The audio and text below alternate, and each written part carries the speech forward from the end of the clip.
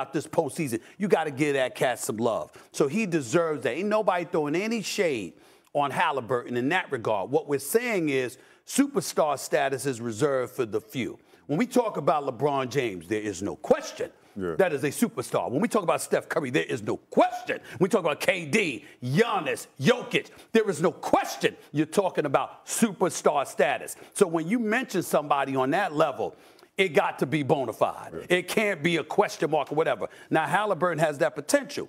But in the end, last night was emblematic of the criticism that he's received, because in losses and in games they've struggled, that's what he's looked like. Where you at? Where's the jump shot? Where's getting to the hole? Where's the pull-up jump shot? Where's finishing up at the basket? Where's pushing the ball in the open court? Where's being in attack mode? Where's that level of aggression? Where's the choke sign? Where are you going at the New York Knicks or somebody? Where are you going in hostile confines and like, yeah, I'm here. It's my show. I'm taking it from y'all. Where's that dude? Right. And when you don't do that, then they're saying, all right, it happens. With him, it happens too often. See, the superstars, it's rare. It happens, but it's rare. And we know what they're going to respond. Steph Curry go to a game during the regular season. He shoots 0 for 10 from the field. I think it was against Memphis.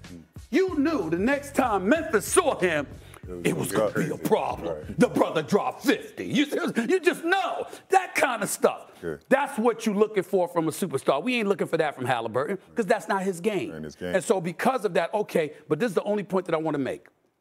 Shea Butter, that is the opposing point guard. Like you about 6'5" or so, he about 6'6". That man playing your position, and he's busting y'all living, you know what? Not you, because you ain't guarding them like that, but y'all. Shea giving you 36 a night on better than 50% shooting. After capturing league MVP honors. Showing up on the stage for the first time just like you, with everybody watching him and saying, yeah, this is why I got the MVP trophy. I know who I am. When the guy is playing your position and putting on that kind of show, I need more than 5 damn points from you for the first 3 quarters, and I ain't counting the 12 that you gave me in garbage time after you down 23. Hell no. You got to do more than that. I agree. That's all we're saying. I mean, they said it all. The only thing that I had... Stephen A. said it all. But go ahead. He was ready for that one. Right, he was. The only thing that I have to say about Haliburton in this situation, right, because last game when he hit the game winner, it wasn't like, Haliburton wasn't there. He didn't step up. The thing about why he needs to score in certain games is when you look at this stat sheet, Pascal Siakam, he had a struggling night, 3 for 11. You look at Obi Toppin, who was 1 for 8 from the floor, 1 for 5. The last game, he was 5 for 8. So it was okay for him to pass last game. Once you see your guys not playing as well, that's when you have to say, okay, I have to put the ownership on myself and look at the numbers. We 7-1 when I scored 20 points.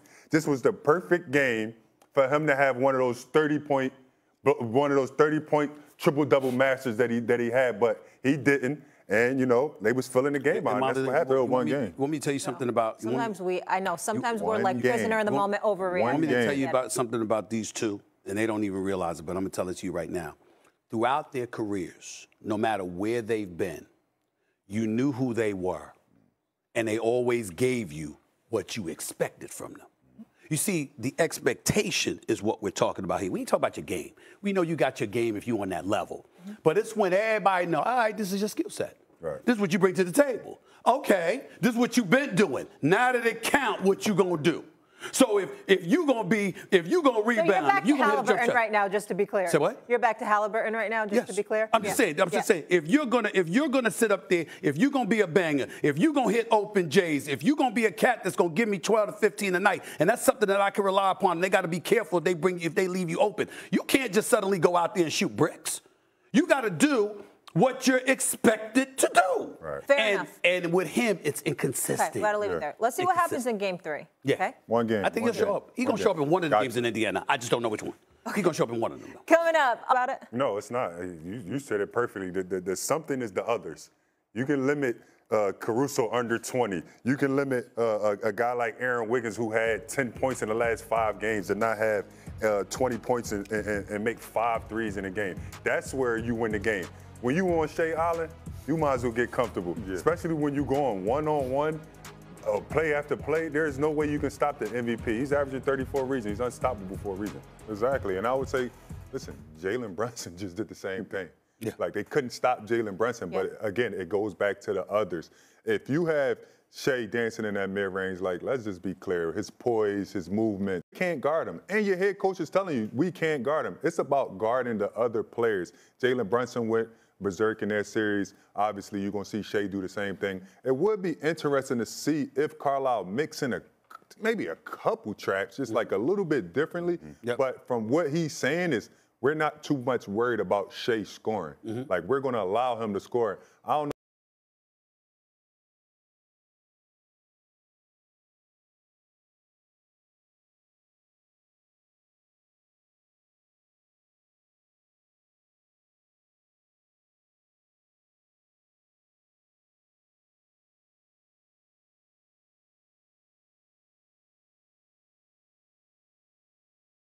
That you make must be limited, because anything that you do, they have the potential to exploit.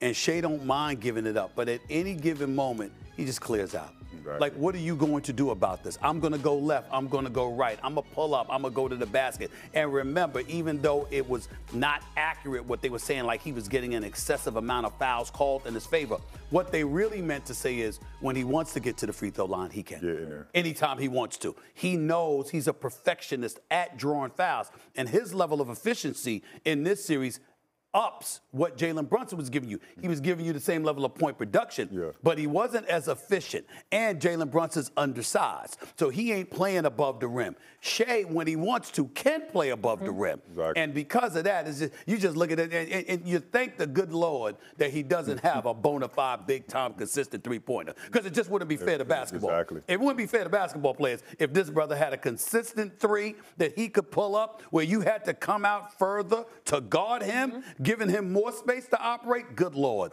If that happens, it's a wrap. His mindset. Like, as a young player, seeing that and how he approached the game and, like, said, okay, I'm going to be more efficient today, but I have to get my other guys going. But it's not going to take away from my own offense. As a player and, like, if I was on his team, I would recognize that right away. Like, this is a guy I want to be on the team with. He understands that other guys need to go. I'm going to get mine. You can put it in the books. I'm going to get mine, but I need my guys to go early so they can establish that pace. Is like I said in the previous game, is if those guys don't go, if Chet doesn't show up, it hurts the team big time. If he doesn't have a rhythm, it hurts the team big time. And then you have guys come up the bench. And I can say I don't even think OKC played that well. Like, I don't even think they played that well. I thought they had big performances from other guys. Okay, final word, then I'm going to push it forward here.